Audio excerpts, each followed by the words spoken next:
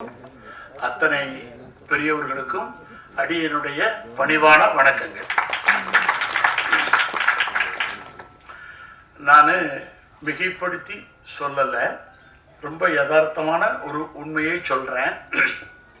எனக்கு பர்சனலாக எத்தனை முறை கடல் அலைகளை பக்கத்தில் இருந்து பார்த்தாலும் திகட்டவே திகட்டாது. எப்பொழுதுமே எனக்கு அது மகிழ்ச்சி.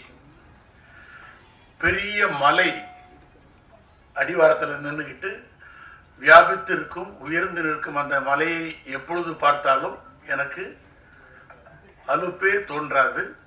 அது ரொம்ப ரசித்து பார்த்துக்கிட்டே இருப்பேன். அது திரும்ப திரும்ப எத்தனை முறை சந்தித்தாலும் உற்சாகத்தை கொடுக்கக்கூடியது.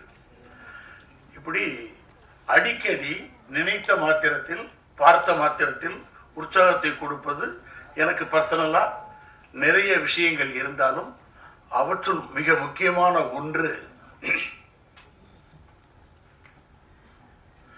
கடந்த 42 ஆண்டுகளுக்கு மேலாக என்னுடைய திரை பயணத்தில் என்னுடன் ஒன்றாய் கலந்து பணியாற்றும் என் ஊடக நண்பர்களுக்கு எத்தனை முறை பார்த்தாலும் நான் மிகவும் மகிழ்கின்றேன். உங்கள் அனைவரையும் வருக வருக என்று வரவேற்கின்றேன்.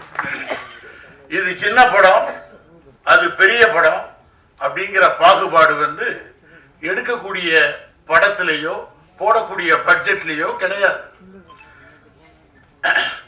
படம் வெளியீட்டிற்கு பிறகு மக்கள் எப்படி ரசிக்கிறாங்க, இது எந்த அளவிற்கு வரவேற்பை பெறுகிறது, அதை பொறுத்து தான் அந்த படம் பெரிய படமாக கருதப்படுகிறது. அந்த விதத்தில் ரூபன் படம் மிகப்பெரிய வெற்றி படம்.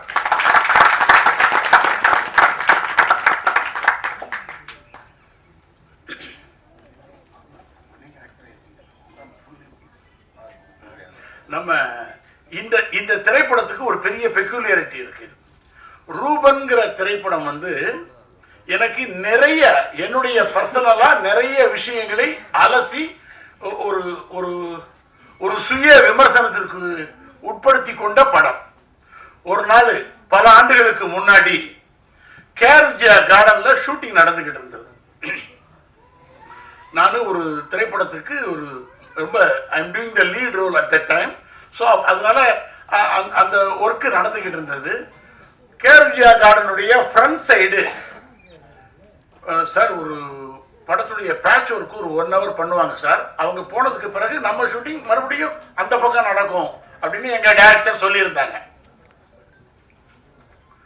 சரி அப்படின்ட்டு ஒர்க் பண்ணிக்கிட்டு இருந்தேன். பரபரப்பா வந்தாங்க. திடீர்னு அந்த பக்கம் ஃப்ரண்ட்ல அமைதியா இருந்தது. என்னங்க ஒரு 1 hour ஷூட்டிங் நடக்கிறதா சொன்னாங்களே, அந்த சைடு ஷூட்டிங் நடக்குதா அப்படின்னா, ஆமா சார் சிந்து பைரவின்னு ஒரு படம் ஷூட்டிங் நடக்குது. யோ அது எங்க படம் அப்படின்ட்டு நம்ம டைரக்டர் இருப்பாங்களே அப்படின்ட்டு ஆர்வமா போய் பார்க்கறதுக்காக போனேன். என்னடா இன்னைக்கு உன் படம் இந்த இது நடந்துகிட்டு இருக்குன்னு சொன்னாங்க, ஒரு 1 hour இந்த ஒர்க்கு நான் எடுத்துட்டு நான் கிளம்பிடுவேன் அப்படின்னாரு. எப்படா இருக்க அப்படின்னு டைரக்டர் என்னுடைய ஆசாம் கே பாலச்சந்தர் ரொம்ப தட்டி கொடுத்து விசாரிச்சார். சார் நல்லா இருக்கேன் சார். சார் இந்த படத்துல நான் இல்லவே இல்லையே சார் அப்படின்னா, சும்மா சும்மா அப்படிலாம் கேட்காத. நீ கேரியர்ல வளர்ந்துகிட்டு வரும் பொழுது உனக்கு நல்ல நல்ல வாய்ப்புகள் பெரிய பெரிய வேஷங்கள் கிடைக்கும் பொழுது வலுக்கட்டாயமா நான் இந்த படத்துல இருப்பேன் அப்படின்னு நீ உள்ள புகுந்தேன்னு வையி, இதுல உனக்கு வாய்ப்பே இல்லை, ரோலே இல்லை. சார் ரோல் இல்லைன்னா பரவாயில்ல, ஆனா நீங்க பேசுறீங்களா நான் பேச வேணேன். சரி சார் ரோலே இல்லை, இதுல உனக்கு ஒர்க்கு கிடையாது. நான் தான் சொல்லிட்டேன்டா, நீ திருப்பி திருப்பி ரோல்னா எப்படி இது ஒரு சீனு ஒரு ஷாட்டுக்கெல்லாம் வரணுங்கிறியா அப்படின்னா. அப்ப நான் டைரக்டர்கிட்ட ஒரு தாழ்மையான ஒரு விண்ணப்பத்தை நான் வைத்தேன். சார் நான் எவ்வளவு பெரிய நடிகனாக இருந்தாலும் இன்னும் எத்தனை ஆண்டுகள் பணியாற்றினாலும் சின்ன நடிகனாக இருந்தாலும் எனக்கு அது முக்கியம் இல்லை. என்னை முதல்ல சார்லின்னு பேர் வைத்து நீங்க அறிமுகப்படுத்தினீங்க. அதனால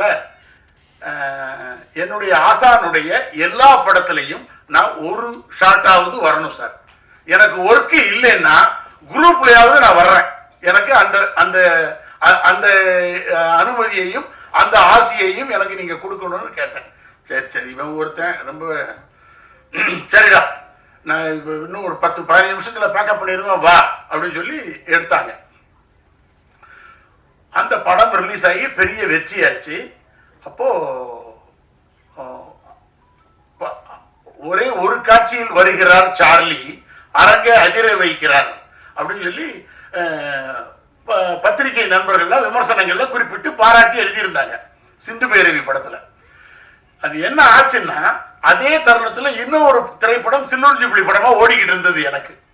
இப்போ எனக்கு வர வேண்டிய வாய்ப்பு எப்படி வருது அப்படின்னா, இவரை படம் ஃபுல்லா போட்டு எடுக்கக்கூடிய அந்த மாதிரி ரோலுக்கு கூப்பிடவா, இல்ல ஒரு சீன்ல போட்டாலும் அவர் தான் சரின்னு தானே சொல்றாரு அதுக்கு கூப்பிடவா அப்படிங்கிற ஒரு பெரிய ஒரு டிரான்சிட் ஸ்டேஜ். அது என்ன சொல்லுவாங்கன்னா, ஒரு நடிகனுடைய கேரியர்ல ரொம்ப முக்கியமான தருணம் என்னன்னா, என்னுடைய சரியான வாய்ப்பு கிடைத்தும் நான் சின்ன வேஷம் கொடுத்தா பரவாயில்ல சார் அப்படின்னு செய்யக்கூடிய லெவல்ல இறக்கக்கூடிய ஒரு நிலைமையா மாறிடும் அந்த தருணம். ஸோ இது எப்படி வென்றெடுக்கிறது அப்படின்னா, இன்னொரு விதத்தில் வென்றெடுக்கலாம். எப்படின்னா, இந்த இந்த இந்த அருணாச்சலம் ரோட்ல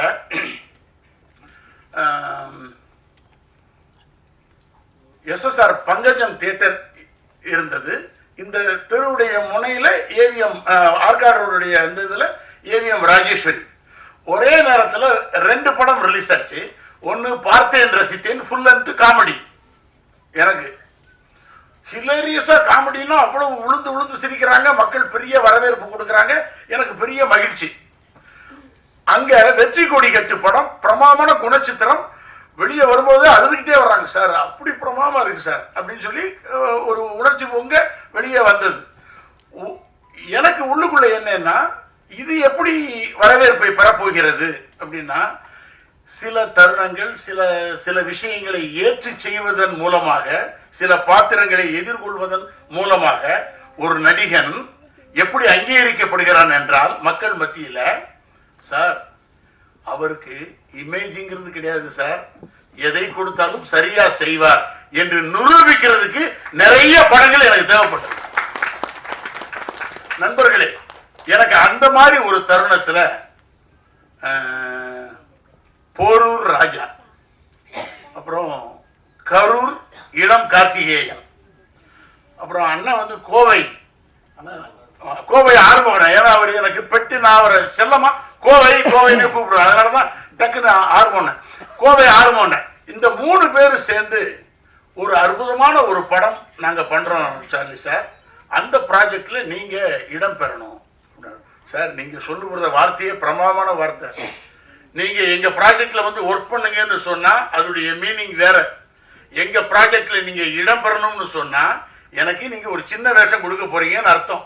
ஆனா தப்பா நினைச்சுக்காதீங்கன்னா, எனக்கு கொடுக்கின்ற பொழுது கொஞ்சம் நல்ல வேஷமா பார்த்து கொடுங்க. நான் த்ரூட்டா ஒரு 15 நாள் ஒரு 12 நாள் இருந்தா தான் ஸ்பேஸ் இந்த ஃபில்ம் ரொம்ப முக்கியம். குறிப்பாக ஒரு ஊர்ல ஒரு ராஜகுமாரி, அதுல இருந்தே நான் ஆரம்பிச்சு எப்படி துவங்கி வருதுன்னா, கிருமி, மாநகரம், இந்த மாதிரி படங்களுக்கெல்லாம் பிறகு நான் இந்த மாதிரி ஒரு ஸ்பேஸ் இந்த ஃபிலிம் ஒரு நடிகனுக்கு முக்கியம், எனக்கு நீங்க ஹெல்ப் பண்ணுங்க அப்படின்னு என் தயாரிப்பாளர்கள்ட்ட நான் ஒரு விண்ணப்பத்தை வச்சேன். அவங்க சொன்னாங்க, சார் நீங்க சொல்ற பாயிண்ட் வந்து கரெக்டான பாயிண்ட் சார், நாங்க வந்து கோடிக்கணக்கில் இன்வெஸ்ட் பண்ணி மிகப்பெரிய அந்த மாதிரி எல்லாம் கிடையாது சார், நாங்க ஒரு எளிமையான தயாரிப்பாளர்கள். ஆனா எங்க படம் ரிலீஸ் ஆகின்ற பொழுது சார், அதாவது ராஜா, இளங்கார்த்திகேயன், ஆறுமுகம், இந்த 3 நண்பர்கள் சேர்ந்து நாங்க ஒற்றுமையா எடுக்கக்கூடிய இந்த படம் ஒரு சின்ன படமாக இருக்கலாம், ஆனா எங்க கிட்ட வாங்குற அந்த டிஸ்ட்ரிபியூட்டர்ஸ் எங்களால் பலன் அடையணுங்கிற எண்ணத்தோட நாங்க எடுக்கிறோம் சார். அவங்களுக்கு நிச்சயமா லாபம் வரணும் அப்படின்னு ஒரு வார்த்தையை சொன்னாங்க. எனக்கு அந்த வார்த்தை பிடித்தது. எப்படியாவது இதை எஸ்கேப் பண்ணிட்டு அடுத்து போனோம் அப்படிங்கிற வார்த்தையெல்லாம் பயன்படுத்தாம, சார் இந்த படம் நாங்க எளிமையாக சிக்கனமாக எடுக்கிற படம் தான், ஆனால் இதை வாங்கி பையர்ஸ் இருக்காங்கல்ல, அது 4 பேருக்கு லாபத்தை கொடுக்கணுங்கிற எண்ணம் நிச்சயமாக இந்த ரூபன் திரைப்படத்தை மிக மிக உயரத்தில் கொண்டு செல்லும். இன்னொரு முக்கியமான காரணம், இந்த படத்துடைய டைரக்டர் ஐயப்பன் சார். சில இயக்குனர்கள் உதாரணமா சார், அவர் நல்லா ஜம்ப் பண்ணுவார் சார், அப்படி எங்க ஜம்ப் பண்ணுங்க அப்படின்னா டக்குன்னு ஜம்ப் பண்ணிடுவார். ஆனா அவங்க பிரமாதமா விசில் அடிப்பாங்கண்ணே, எங்க விசில் அடிங்க அப்படின்னா விசில் அடிச்சிடலாம். சார் இவங்க சூப்பரா பாடுவாங்க சார் அப்படின்னா பிரமாமா பாடி காட்டிடலாம். சார் இவர் பிரமாமா டைரக்ட் பண்ணுவார் அப்படின்னா அதுக்கு அடுத்த ஸ்டேஜ் என்னன்னா, மிக மிக வேதனையான விஷயம், தன் கனவை செல்லுலாயில பதிவு பண்ற வரைக்கும் ஒரு இயக்குனர் அடையாளம் காணப்பட மாட்டார். நண்பர்களே, இந்த ஐயப்பன்கிற படைப்பாளி தலை சிறந்த இயக்குனர், மிக பிரபலமான இயக்குனர். அவருக்கு இந்த திரைப்படத்திற்கு பிறகு மட்டுமல்ல, என்றும் சினிமாவில் சாதிக்கக்கூடிய மிகப்பெரிய சாதனைக்குரிய இயக்குனர். ஏன் இவ்வளவு அழுத்தமாக நான் சொல்ல வர்றேன் அப்படின்னா, நான் எத்தனையோ எண்ணற்ற இயக்குனர்களோட ஒர்க் பண்ணியிருக்கேன். நிறைய சில இயக்குனர்கள்லாம் என்னை நேசிக்கும், நான் நேசிக்கும். எங்க டைரக்டர் ஃபாசில் சார் ஒரு தடவை சொன்னார், சார்லி நீ நடந்து வந்து இது இப்படி செய்யணும் அப்படின்னு நான் சீன் சொல்லிட்டேன், நீ எப்படி செய்யறியோ அதுக்கேற்ற மாதிரி நான் ஷாட் வைக்க போறேன், செய் அப்படின்னு சொல்லியெல்லாம் என்னை நேசித்து உயர்த்தி பிடித்த இயக்குனர்கள் எத்தனையோ பேர் இருக்கிறார்கள். ஆனா இந்த டைரக்டர் ஐயப்பன் சார் எப்படின்னா, எடிட்டர் வெர்ஷன்லயே ஃபில்ம் பண்ணக்கூடிய இயக்குனர். நிறைய எடுத்துட்டு அது எதுவுமே படத்துல வரலனா அப்படின்னு சொல்றதுக்கு பதிலாக தான் படத்துல எதை பதிவு பண்ணணுமோ அதை மட்டுமே எடுக்கக்கூடிய ஒரு ஒப்பற்ற ஆற்றல் மிக்க இயக்குனர் ஐயப்பன். இந்த ஐயப்பனை மட்டுமல்லாமல் எங்க படக்குழுவினர் அத்தனை பேரையும் அந்த இறைவன் ஐயப்பனும் இறையருளும் என்றென்றும் காத்து இந்த ரூபன் திரைப்படம் வெற்றி வெற்றி வெற்றி என்று பறைசாற்றும் நிச்சயமாக உறுதி. அனைவருக்கும் நன்றி, வணக்கம்.